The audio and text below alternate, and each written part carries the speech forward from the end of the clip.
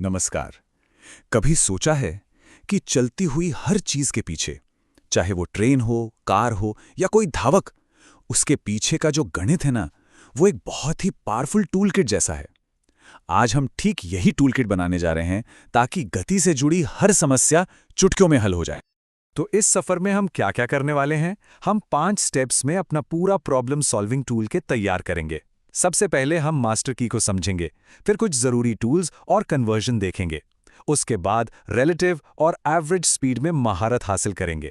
फिर कुछ आम समस्याओं और उनके शॉर्टकट्स पर काम करेंगे और आखिर में जानेंगे कि ये गणित आखिर हमारे लिए इतना जरूरी क्यों है। तो चलिए शुरू करते हैं।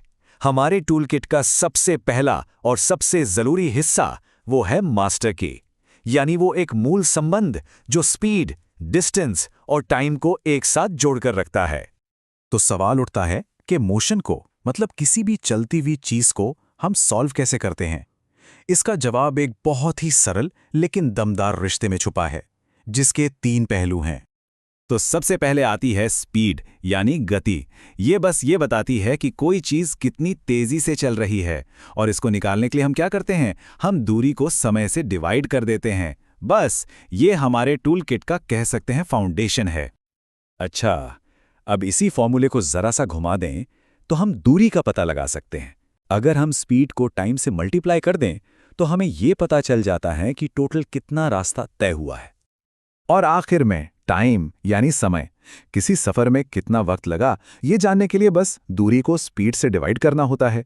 तो देखिए, सबसे जरूरी बात यह है कि अगर हमें इन तीनों में से कोई भी 2 चीजें पता हों तो हम तीसरी को बड़े आराम से निकाल सकते हैं। यही है हमारी मास्टर की। तो भाई, मास्टर की तो अब हमारे हाथ में है। अब टाइम है अपने टूल किट में कुछ और जरूरी औजार डालने का, ताकि हम किसी भी सिचुएशन के लिए एकदम तैयार रहें। देखिए, जब भी हम सवाल हल करते हैं तो एक बात का हमेशा ध्यान रखना है, यूनिट्स एक जैसी होनी चाहिए।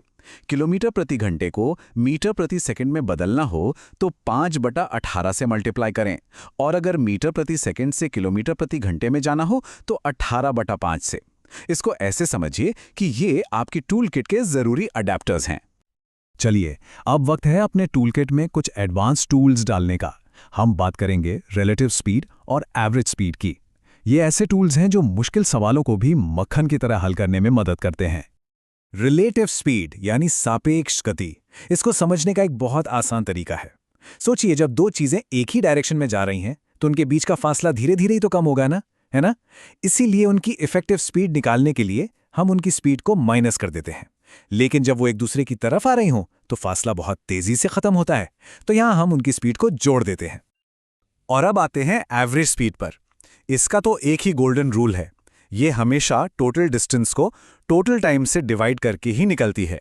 बस ये पूरी यात्रा की ओवरऑल स्पीड बताती है, भले ही बीच में स्पीड कम ज्यादा कितनी भी हुई हो।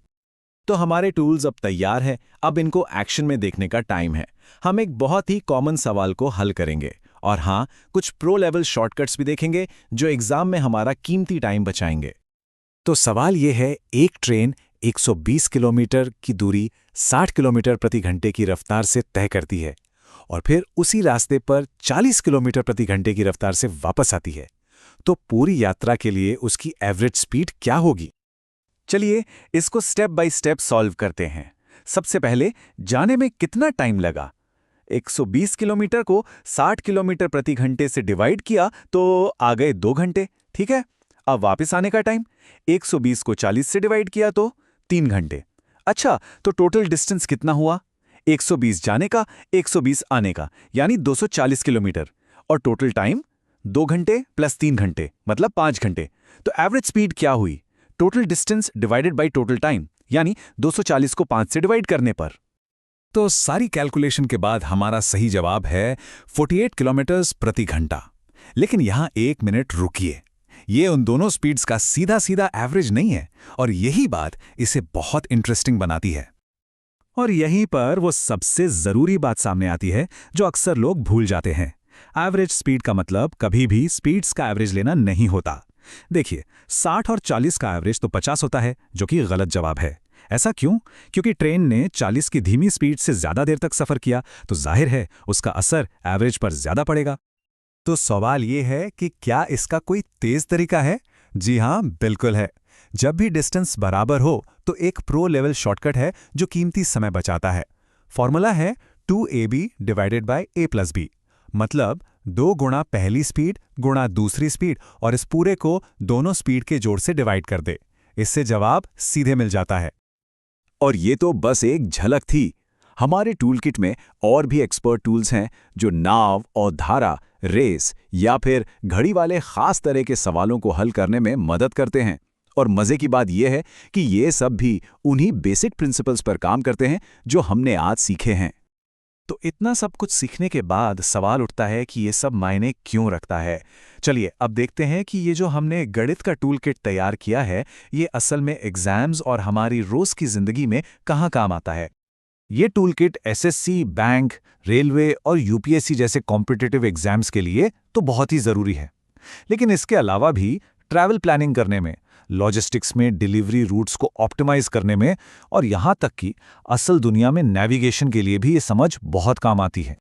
तो अब जब ये पूरा टूलकिट बनकर तैयार है, सवाल ये उठता है कि इस नए गणितीय नज़रिए से अब और कौन-कौन सी नई प्रॉब्लम्स को सॉल्व किया जा सकता है।